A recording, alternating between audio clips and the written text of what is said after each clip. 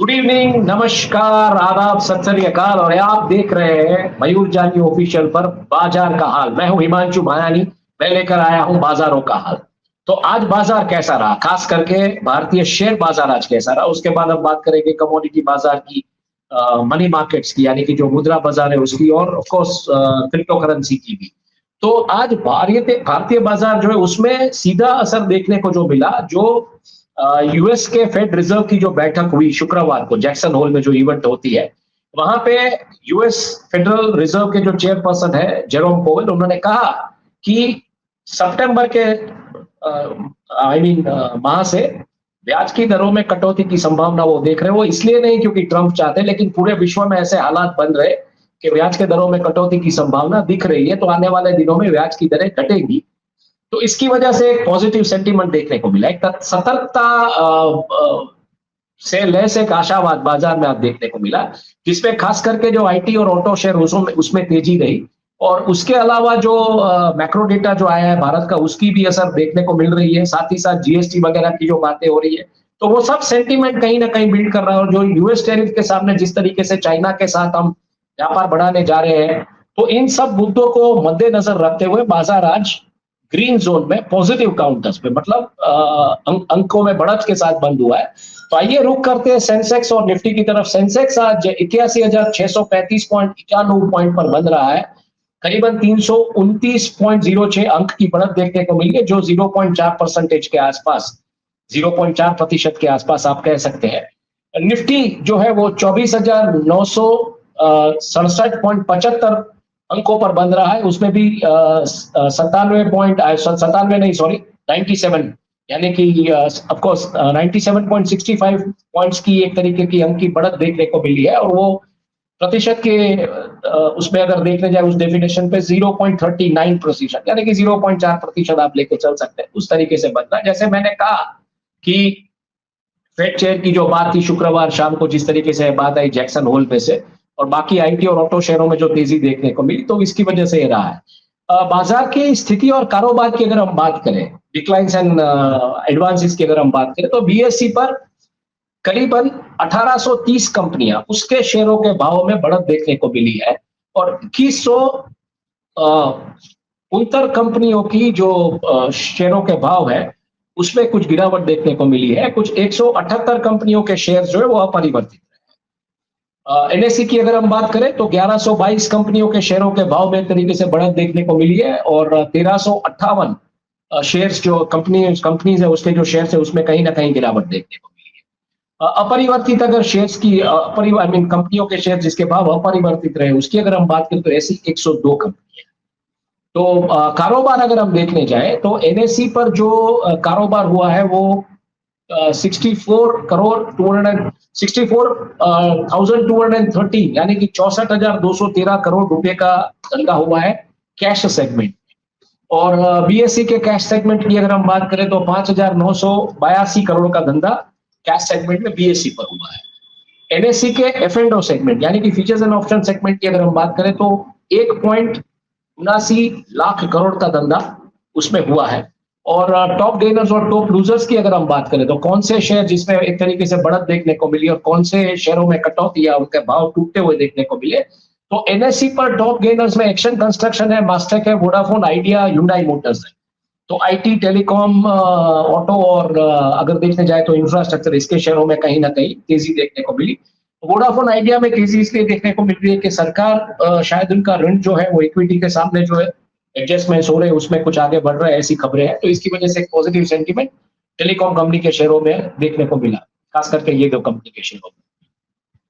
अगर हम top losers की बात करें एनएससी पे तो नजारा टेक्नोलॉजी, गोकुलदास एक्सपोर्ट्स और डीवीज लैब, ये टूटते हुए शेयर्स थे आज। टॉप गेनर्स की अगर हम बात करें बीएससी पे तो Bajaj finance, ICICI bank, Reliance industries limited, माने कि इंफ्रास्ट्रक्चर, ऑयल एंड गैस खास करके, और बैंकिंग फाइनेंस, ये शेयर्स है उसमें कहीं ना कहीं तेजी देखने को मिली। और टॉप लूजर्स की अगर हम बात करें तो एनटीपीसी, अदानी पोर्ट्स और हिंदुस्तान यूनिलीवर, तो कहीं ना कहीं फिर से पावर सेक्टर, पोर्ट सेक्टर या इंफ्रास्ट्रक्चर सेक्टर और एफएमसीजी सेक्टर पे दबाव बनता दिख रहा है। संस्थागत गतिविधि की अगर हम बात करें तो एफआईआईज ने बिक्री की है, खास करके 951.59 करोड़ की रुपए की उन्होंने बिक्री की है। जबकि डीआईआईज जो है संस्थागत, जो भारत की जो संस्था है उन्होंने 490.30 करोड़ की खरीदी की है। तो एफआईआईस कहीं ना कहीं नेट सेलर्स है और डीआईआईएस है, वो उन्होंने बैंकिंग और कंज्यूमर सेक्टर को समर्थन दिया और वो नेट बायर्स रहे कहीं। ब्लॉक और बल्क डील और शॉर्ट डील्स की अगर हम बात करें तो एनएससी और बीएससी पर नजारा टेक्नोलॉजी, डेल्टा कॉर्प और जमुना ऑटो के मिड कैप शेयरों में एक तरीके से सक्रिय ब्लॉक और बल्क डील्स देखी गई है। दूसरी तरफ शॉर्ट सेलिंग सीमित रही है, सेबी की निगरानी है और एक्सपायरी डे हेरफेर का जो नियंत्रण चल रहा है उसकी वजह से भी कहीं ना कहीं जो शॉर्ट सेलिंग एक्टिविटी वो इतनी पावरफुल देखने को नहीं मिली है। कमोडिटी और दूसरे बाजारों की हम बात करें तो कीमती धातुओं में सोना और चांदी, उसके भाव गिरे और उसमें गिरावट देखने को मिली है।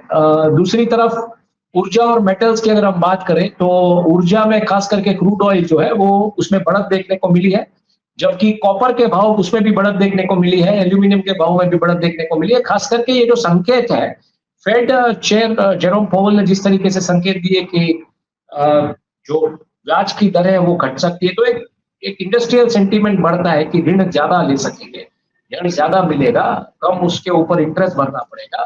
तो उसकी वजह से एक तरीके से अगर हम देखते जाए तो कहीं ना कहीं वो एक सेंटीमेंट काम करता है और इसकी वजह से इन सब मामलों में भी आपको ये सब चीजें देखने को मिलती है। दूसरी तरफ अगर हम बात करें तो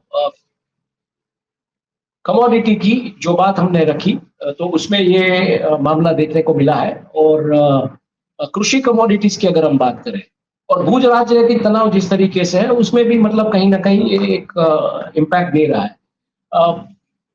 आईएनआर और यूएसडी की बात करें तो 86.42 के आसपास रुपया थोड़ा आज मतलब मजबूत हुआ है और कहीं ना कहीं ये आसार दिख रहे हैं। फेड चेयर ने जिस तरीके से जेरोम पावेल ने जो बातें कही कि ज्यादा रुपया मिलेगा तो डॉलर्स की जो डिमांड बढ़ने वाली है, तो उसमें फिलहाल तो रुपये एक रेंज बाउंड रहने की संभावना मैं देख रहा हूँ। कृषि कमोडिटीज की अगर हम बात करें तो गुआर सीड, गुआर गम और धनिया, इसमें भाव में कटौती देखने को मिली है, खास करके अधिक आपूर्ति और कमजोर मांग के कारण। इन्वेंट्री ज्यादा और मतलब डिमांड सप्लाई सप्लाई ज्यादा है, डिमांड कम है, इसकी वजह से इम्पैक्ट देखने को मिला है। और दूसरी तरफ हम क्रिप्टो की अगर हम बात करें तो बिटकॉइन, इथीरियम, कार्डानो ये जो है इसमें गिरावट देखने को मिली है। दर की कटौती, अनिश्चितता और नियमनकारी की जो अभी जो बातें अभी फिलहाल इसके लिए जो बाजार स्थिर रहा है सब जगह पे, ये फैक्टर है। और दूसरा जो फेड ने जिस तरीके से ब्याज के दर की कटौती की बात की तो करेंसी मार्केट में अब खेला शुरू हो गया है, करेंसी और कमोडिटी में, खास करके प्रेशियस मेटल्स में और ऑयल में ऑब्वियसली, क्योंकि जब प्रेशियस मेटल्स और करेंसी में खेला होता है तो ऑयल ऑटोमेटिकली उसका इंपैक्ट देखने को मिलेगा, तो ऑयल में भी बढ़त है। मुख्य धारा के जो समाचार है, जिन समाचारों ने इंपैक्ट किया, तो ये फेड की जो जेरोम पावेल की जो बैठक हुई जैक्सन होल में, उसकी भी इंपैक्ट देखने को मिली है, क्योंकि ब्याज के दर में कटौती की बात उन्होंने की है। जीएसटी के सुधार का जो प्रस्ताव है, भारत में 12 और 28% स्लैब हटाने की बात है, तो इसका भी इंपैक्ट बाजार में देखने को मिला है। सेबी के डेरिवेटिव सुधार की जो बात है, सट्टेबाजी रोकने के लिए एफएनडे की अवधि बढ़ाने की योजना जो चल रही है, उसका भी इंपैक्ट कहीं ना कहीं देखने को मिला है भारतीय बाजारों में। अमेरिकी टैरिफ की जो बात है, 27 अगस्त से, यानी कि गणेश चतुर्थी के दिन से, परसों से 25% टैरिफ टेक्सटाइल और जेम सेक्टर को कैसे प्रभावित करेंगे, लागू हो रहे हैं मतलब ये 25% तो जेम्स और ज्वेलरी सेक्टर और खास करके ऑटो सेक्टर, क्योंकि ऑटो स्पेयर्स का हमारा बहुत बड़ा बिजनेस है, तो उसको कैसे इंपैक्ट करेगा ये देखना रहेगा। बीमा में जीएसटी में जो बीमा के ऊपर जीएसटी की छूट की जो बात है, खास करके जीवन और स्वास्थ्य बीमा से जीएसटी हटाने का जो प्रस्ताव है, उसका भी इंपैक्ट कहीं ना कहीं देखने को मिल रहा है। और आईपीओ की गतिविधियों की अगर हम बात करें तो इस सप्ताह 10 आईपीओ आ रहे हैं और 5 लिस्टिंग है, जिसमें विक्रांत इंजीनियरिंग और एनलॉन हेल्थ केयर, ये जो आईपीओ है इसकी एक तरीके से एक देखा जा रहा है कि अच्छी खासी मांग आने की संभावना है। आईपीओ की अगर हम बात करें तो विक्रांत इंजीनियरिंग का 772 करोड़ का आईपीओ है, जो 26 से 29 अगस्त मतलब ये सप्ताह, आज 25 तारीख है, तो 25 से 29 में जो आईपीओ आने वाले हैं उसकी बात हम कर रहे हैं। एनलॉन हेल्थ केयर जो है वो उसका कुछ 121.03 करोड़ का आईपीओ है और 26-29 के बीच ये, 26 मतलब कल से लेकर 29 अगस्त के बीच ये आईपीओ लिस्ट होने जा रहा है। एसएमई आईपीओ में ग्लोबटियर इन्फोटेक है, एनआईएस मैनेजमेंट है, करंट इंफ्रा प्रोजेक्ट्स है, तत्व इंजीनियरिंग है, एप्रिल पेपर टेक है, स्नेहा ऑर्गेनिक्स है और सक्स लॉइड है, ये आईपीओ भी आने वाले हैं। और अगर हम साप्ताहिक दृष्टिकोण की अगर हम बात करें तो साप्ताहिक दृष्टिकोण में शेयर बाजार जो है वो गणेश चतुर्थी की छुट्टी है परसों, तो आज 2 दिन मतलब आज काम हुआ, कल काम होगा, परसों छुट्टी होगी, फिर से गुरुवार और शुक्रवार को काम होगा और फिर वापस शनिवार इतवार को तो छुट्टी होती है। तो गणेश चतुर्थी की छुट्टी के कारण सप्ताह छोटा रहेगा और बाजार में एक तरीके के संकोचन की संभावना एक्सपर्ट्स देख रहे हैं। दूसरा, अमेरिकी टेरिफ और सेबी के सुधारों पर भी नजर रखनी पड़ेगी कि किस तरीके से किस दिशा में जा रहा है, तो ये भी इम्पैक्ट हो सकता है। ये भी मतलब विश्लेषक और जो निष्णांत होते हैं वो इनकी राय है। कमोडिटी, अगर यदि हम फेड दर की कटौती की पुष्टि करता है तो कीमती धातुओं में तेजी की संभावना दिख रही है एक्सपर्ट्स को। मतलब प्रेशियस मेटल्स में एक तरीके की तेजी आने की संभावना है। क्रूड में भू राजनीतिक कारणों के चलते मतलब एक अस्थिरता बनी रहेगी कि अभी ईरान ने एक मिसाइल टेस्ट किया है, तो इन सब मुद्दों की वजह से ऑयल जो है वो थोड़ा वॉलेटाइल रहेगा। करेंसी की अगर हम बात करें तो अगर एफआईआई की बिकवाली जारी रहती है तो रुपया जो है वो दबाव में रहेगा, मतलब रुपये के ऊपर प्रेशर बना रहेगा और ज्यादा इरोड होने की संभावना है।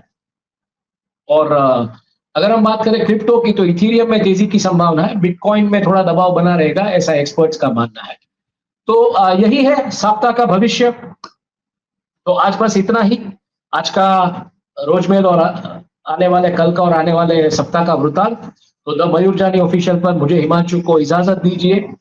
धन्यवाद, शुक्रिया एंड शुभ रात्रि। और कल फिर मिलते हैं। द मयूर जानी ऑफिशियल पर हिंदी में यही वृतांत में लेके आऊंगा, और गुजराती भाषा में अगर ये आपको देखना है तो आप द गुजरात रिपोर्ट पर यही शेयर बाजार का ब्यौरा, पूरा ये मार्केट्स का ब्यौरा वहां पे भी आप देख सकते हैं। तो धन्यवाद, शुक्रिया और शुभ रात्रि।